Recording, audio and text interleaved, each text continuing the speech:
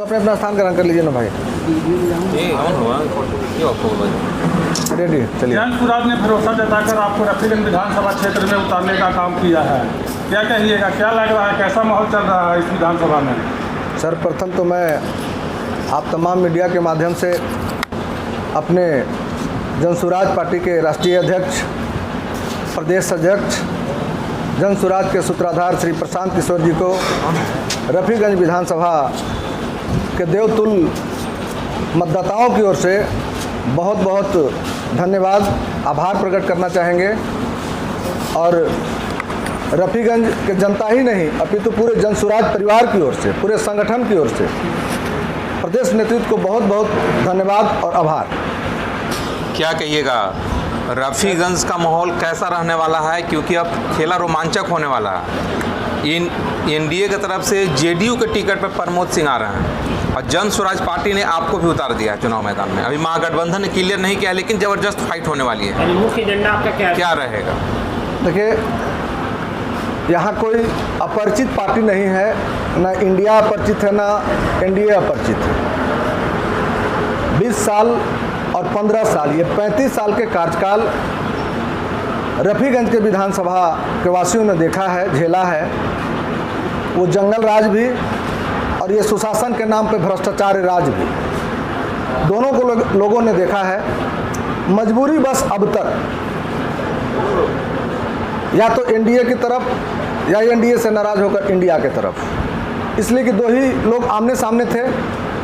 ऐसी परिस्थिति में तमाम लोग मजबूरी में कहीं ना कहीं साथ थे और जनसुराज एक विकल्प बनकर आया पूरे बिहार में, जिसका मुद्दा सत्ता नहीं व्यवस्था बदलने की बात को लेकर बाबा भीमराव अंबेडकर और महात्मा गांधी के विचारधारा पर सहमति लेकर जनसुराज पार्टी आई है।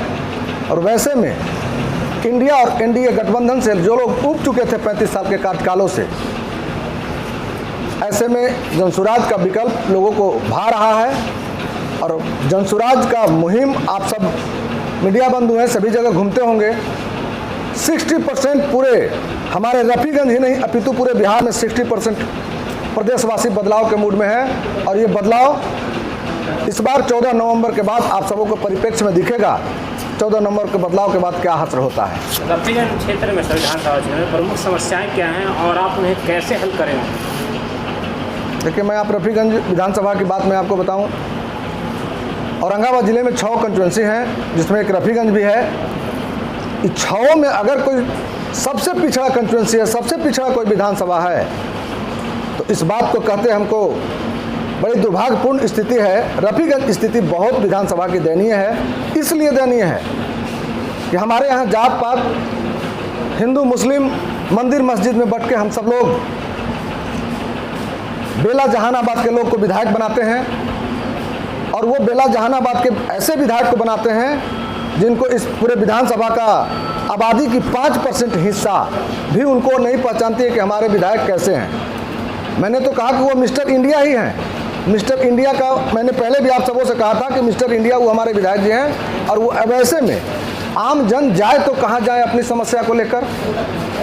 बहुत त्राहिमाम की स्थिति है रफीगंज की, जो अभी स्थिति है भौतिक। इसमें यहाँ आप हमारे यहाँ चले जाएंगे, सुदूरवर्ती इलाका के हमारे कई क्षेत्र गांव अभी भी ऐसे वंचित पड़े हैं, जहाँ सड़कें नहीं हैं, बिजली नहीं है, रोड नहीं है, अस्पताल नहीं है, शिक्षा तो कहना ही नहीं है। शिक्षा तो पूरे बिहार की ध्वस्त हो चुके हैं। लेकिन हम सुदूरवर्ती पूरे अति नक्सल प्रभावित क्षेत्र है रफीगंज का विधानसभा का एरिया। ऐसे में यहाँ पूरी तरह सुविधा मैसर न होना। आपने कहा कि सड़कें नहीं है, शिक्षा नहीं है, सुविधाएं नहीं है, तो इस पर आपकी नीतियाँ क्या है? मेरी नीतियाँ हैं, हमारी नीतियाँ हैं कि सड़कें, नली गली, ये तो सरकार की फंडा है। जो आएंगे विधायक, हम आए कोई आए, वो तो काम होगा ही होगा।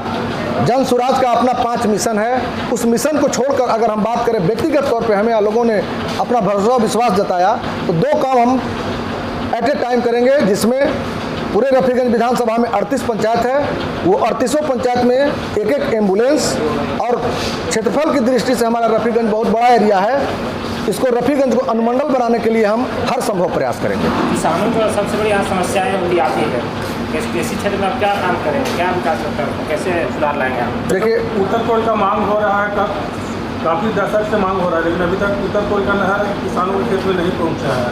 अगर आप चुनाव जीतते हैं तो क्या कब तक किया जाएगा या आपके द्वारा क्या इसमें अधिक सहयोग किया जाएगा? कुणाल जी, हम रफीगंज विधानसभा ही नहीं, पूरे बिहार कृषि प्रधान देश राज्य रहा है, उसमें रफीगंज हम मूलभूत वर्षा के पानी पे आधारित हमारा आज भी खेती रफीगंज विधानसभा में होता है। आपने कहा उत्तर कोयल नहर परियोजना, ये परियोजना लगभग 30 से 35 साल के सक्रिय राजनीति में ये उत्तर कोयल नहर परियोजना राजनीति का एक अखाड़ा बन चुका है जो आज तक चला आ रहा है। वर्तमान परिप्रेक्ष्य में उत्तर नहर कोयल की पानी हम तक पहुंचने के पीछे जो अड़चन थी वो थी वन विभाग का एनओसी नहीं देना। वो वन विभाग एनओसी कब का दे चुका और उत्तरी कोयल नहर का पानी मदनपुर के कुछ इलाकों तक लाल पानी इस बार भी आया है। और हम समझते हैं कि ये कोई अड़चन नहीं है, ये छोटी छोटी बातें किसानों के बीच का है। जहां बांध का निर्माण करना हो, जहां नहर की सफाई करवानी हो, वो बहुत बड़ी समस्या नहीं है। वो समस्या स्थानीय प्रतिनिधि के नाकामी की वजह से उत्तर कोयल नहर हमारे यहाँ नहीं पहुँच रहा है। इसके लिए बरिए कहीं कोई दोषी नहीं है। बरिए सिर्फ और सिर्फ राजनीति का मुद्दा लेकर इसको आते हैं उत्तर कोयल नहर, जबकि उत्तर कोयल नहर की 80% काम हो चुका है, 90% काम हो चुका है। 10% काम जो बाधित पड़ा है वो स्थानीय प्रतिनिधियों की वजह से बाधित पड़ा है। सर, इस बार विधानसभा में बेरोजगारी बड़ी समस्या सामने आ रही है, इस पर आप कैसे निपटते हैं, खासकर रफीगंज के युवाओं के लिए? रफीगंज के युवाओं को मैं बताऊं, पलायन तो एक अभिशाप हमारे यहाँ बन चुका है। 50 लाख बिहारी पूरे अन्य राज्य में, पंजाब, हरियाणा, गुजरात, सूरत, हमारे बिहार से 50 लाख लोग पलायन किए हैं, उसमें एक रफीगंज भी है। और हमारा यही दो मुद्दा है, शिक्षा व्यवस्था, शिक्षा स्तर को सुधार करना, विश्व स्तरीय शिक्षा में इसको तब्दील करना। और बिहार से जो हमारे नौजवान दोस्त, हमारे भाई जो पलायन किए हैं, वो पलायन हर संभव प्रयास कर पलायन को रोकना। अगर जन सुराज की व्यवस्था बन गई तो मैं आपको दावे के साथ कह सकता हूं कि इस नवंबर के बाद जो लोग अपने दिवाली छठ में घर मनाने अपने छुट्टी में हमारे भाई लोग आएंगे, उस पलायन के बाद अगर सरकार बन गई तो उनको 10 से 12 हज़ार की रोटी के लिए कहीं बाहर जा करके बिहारी शब्द सुन करके गाली नहीं खाना पड़ेगा। अपने इसी बिहार में उनको तमाम रोजगार की सुविधा मुहैया करवा दी जाएगी। मैं सरकारी नौकरी की बात नहीं कर रहा हूँ, रोजगार की बात कर रहा हूँ। रोजगार का सृजन हमारे यहाँ बिहार में ही होगा और तमाम, उसमें रफीगंज भी है, तमाम बिहारवासी जो अपने बाल बच्चों के लिए अपने मेहनत करके 10 से 12 हज़ार रुपया कमाने के लिए टोकरी उठाकर अन्य किसी राज्य में बिहारी सबसे अपमानित होकर जो काम कर रहे हैं, वो काम उनको करना बंद करना पड़ेगा। और इसी बिहार में 10 से 12 हज़ार की रोटी का व्यवस्था हमारी जनसुराज की व्यवस्था बनते की जाएगी। आपने एक बात कहा कि जो पिछले 35 सालों में सरकार रहे और जो विधायक यहाँ स्थानीय रहे, उन्होंने कोई भी काम नहीं किया, लेकिन उन लोग के द्वारा कहा जाता है कि हमने इतना काम किया है कि अब कहीं काम करने की जरूरी नहीं है। जैसे पूर्व विधायक कहते हैं कि सैकड़ों पुल, पुलिया, रोड, बिजली इतना बिछा दिया है, वैसा कोई व्यवस्था नहीं है जहाँ रोड नहीं बना। वर्तमान विधायक कहते हैं कि निवर्तमान विधायक मैंने कब्रिस्तान और कई सड़कों का निर्माण करवाया। अब आप बात कर रहे हैं तो मैं बताऊं आपको, नीतीश कुमार का फर्स्ट कार्यकाल जो 2005 से 10 का रहा था, सच है कि उसमें विकास हुआ था, उसको नकारा नहीं जा सकता है। 2005 से 10 का नीतीश कुमार का जो काल रहा था वो स्वर्णिम काल रहा था, उसमें चहुमुखी विकास हुई थी। उस दौरान जो हमारे वर्तमान विधायक ने जो कहा मैं पुल बनाया, पुलिया बनाया, सत्य है, उन्होंने पुल और पुलिया का निर्माण कराया।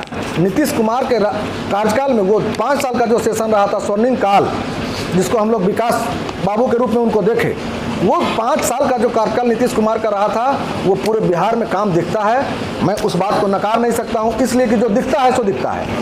वो 5 साल का रहा था। इसके बाद नीतीश कुमार मानसिक रूप से विक्षिप्त हो गए और उनको हवास नहीं हो, अपना संवेदनशील ही पूरी तरह खो गए हैं। और 5 से 10 का जो स्वर्णिम काल रहा था, उसमें विकास की चौमुखी, चारों तरफ विकास नीतीश कुमार का हुआ था। सड़क भी आई, बिजली भी हुआ, अस्पताल भी बना, चौमुखी विकास दिखा। वो 5 साल, और वो 5 साल के बाद नीतीश कुमार पलटू राम का उपाधि लिए और एनडीए से इंडिया, इंडिया से एनडीए, यही इनका फितरत बन गया और नीतीश कुमार पूरी तरह ध्वस्त हो गए। अब बात रह गई निवर्तमान जो आज के मोहम्मद नहालुद्दीन साहब हैं, आप सब लोग देख रहे होंगे, अभी रफीगंज के विधानसभा गांव-गांव में वो घूम रहे थे। हर गांव में जिस तरीके से जो उनके सपोर्टर थे, ऐसा नहीं कि कोई विपक्ष के लोग, जो उनके सपोर्टर थे, हर जगह उनकी गाड़ी रोकी गई और उनसे यही पूछा जा रहा था, जो आप हमसे पूछ रहे हैं, यही पूछा जा रहा था कि विधायक जी आपने 5 सालों में क्या किया, अपनी उपलब्धियां लोगों को बता दें। इस पर वो चिड़चिड़ा जा रहे हैं, यहाँ तक कि अपने मतदाताओं को भी कह रहे हैं कि आप तुम हमको वोट दिया। तो तरह तरह की बातें हैं। ये तो उम्र का भी तकाजा है, 70-75 साल उनको उम्र हो गया। राजनीति से तो उनको ऐसे, मैं व्यक्तिगत रूप से कहूँ तो संन्यास ले लेना चाहिए, एक उम्र होना चाहिए, उम्र से वो एक्सपायर कर गए। सच है कि वो निहाल साहब अपने कंस्टिट्यूंसी का उनको पूरी तरह चौहदी परिधि क्षेत्रफल से कोई मतलब नहीं है। हाँ, कहने को विकास, तो भाई मेरे यही तो जनता आपसे पूछ रही है, कहाँ विकास की 5 उपलब्धियाँ आप बता दीजिए। 5 में 1 उपलब्धियाँ भी नहीं बता रहे हैं, बल्कि चिढ़ रहे हैं और वो जगह जगह उनसे लोग इस तरीके की बातें कर रहे हैं। वो सही है कि पूर्व के विधायक जो कह रहे हैं उस बात को हम मानते हैं 100% नहीं मानते हैं, लेकिन मानते हैं कि 2005 से 10 के कार्यकाल में नीतीश कुमार ने विकास बिहार के लिए किया है। अगर आप चुनाव जीतते हैं तो क्षेत्र के लिए प्राथमिकता क्या रहेगी? मैंने अभी बताया, उसका प्राथमिकता यही है कि हमारे यहाँ विधानसभा में 38 पंचायत है। वो 38 पंचायत में सर्वप्रथम जो सुदूरवर्ती इलाका के हमारा पंचायत है, वहाँ फर्स्ट ऑफ ऑल 38 पंचायत में एम्बुलेंस मुहैया करवाना, लेकिन प्रथम जो होगा, शुरुआत होगा वो सुदूर इलाके से शुरुआत होगा, जहाँ आज भी प्रखंड मुख्यालय से 20 से 22 किलोमीटर की दूरी पर आज भी गांव है। जैसा राहुल जी हमारे जाते हैं उस उधर इलाकों में, मदनपुर से 22 किलोमीटर परिधि तक आप चले जाइए, पचरुखिया चकरबंधा का एरिया, आज भी वहाँ हम लोग तो जाके देखते हैं, गाड़ी जाने का जगह नहीं।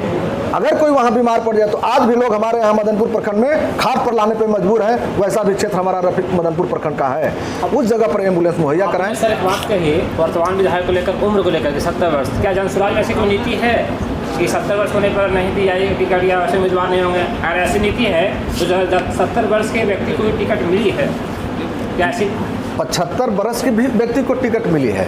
मेरा उम्र पर रोक नहीं है। हमारा कहना है कि 70 साल एक आदमी का स्टैंडर्ड एज जो होता है, वो एज एक्सपायर कर गया। अच्छा, उसमें भी क्या होता है कि उसमें जो लोग सराउंडिंग चारों तरफ उनका विवेक काम करता है, पूरी तरह स्वस्थ दिमाग रहता है, तो वो 80-85 में भी काम कर रहे हैं जो सत्ता में बने हुए हैं। लेकिन ये निहाल साहब, ये अपने आप को बताते हैं हम 5 टाइम नमाजी हैं, हजी आदमी हैं, निश्चित तौर पे ये ईमानदार आदमी हैं। निहाल साहब में दाग नहीं लगाया जा सकता है। मैं निहाल साहब को जानता हूँ, बहुत करीब से जानता हूँ। निहाल साहब पूर्ण रूपेण ईमानदार आदमी है, ड्राई ऑनेस्ट आदमी है। लेकिन आपकी ऑनेस्टी पहचान नहीं बन सकती है, आपका काम पहचान बनेगा। निहाल साहब का अगर कोई छवि किसी ने बिगाड़ा तो उनके लड़कों ने बिगाड़ा, वरना निहाल साहब रियल में ईमानदार आदमी थे। और सच है कि आज की जो राजनीति है उसमें ईमानदारी की कोई जगह नहीं रह गई। आज की राजनीति में 3P एक नया समीकरण बन के आया है। वो 3P क्या है मैं आप सबों को बताऊं। पहला है परिक्रमा, दूसरा है पैसा और तीसरा है पैरवी। अगर ये 3P जिनके पास है वही इसमें कुशल राजनीति कर सकते हैं। आप उस कड़ी में रफीगंज को भी देख सकते हैं। तो ये 3P जन सुराज छोड़कर सभी दल में ये 3P लागू होता है। जो ये 3P के काबिल होंगे वो टिकट के दावेदार होंगे, वो सफल राजनीति करता होंगे, उनके यहाँ सारा अवगुण भी होगा, सब छुपाया जाएगा। लेकिन 3P के आप पूरी तरह अनुपालन करेंगे तो ये जन सुराज में न था, न है, न रहेगा। आखिरी सवाल सर, क्या अपील कीजिएगा रफीगंज विधानसभा क्षेत्र की जनता से? 11 नवंबर को यहाँ पे वोटिंग है, क्या अपील करना चाहेंगे आप? किससे मुकाबला है? अपील क्या करेंगे? बस आखिरी सवाल। 2 चीज़ है, मुकाबला हमारा किसी से नहीं है और हम किसी जगह नहीं देखते हैं। हम अब जनसुराज को हर वो गरीब के दिल में देखते हैं, हर वो पलायन से मार झेल रहे बेरोजगारों के दिल में देखते हैं। जनसुराज का जगह उन मासूमों के दिल में है, उन शिक्षा से मैसर लोगों के दिल में है। हम वहाँ अपने आप को पाते हैं। मेरी लड़ाई कहीं किसी से नहीं है। लड़ाई तो वो लड़ते हैं जिनको सत्ता पाना होता है। हम सत्ता पाने वाले लोग नहीं हैं, हम व्यवस्था बदलने वाले लोग हैं और उस भ्रष्ट सिस्टम से हमारी लड़ाई है, न कि किसी व्यक्ति विशेष से।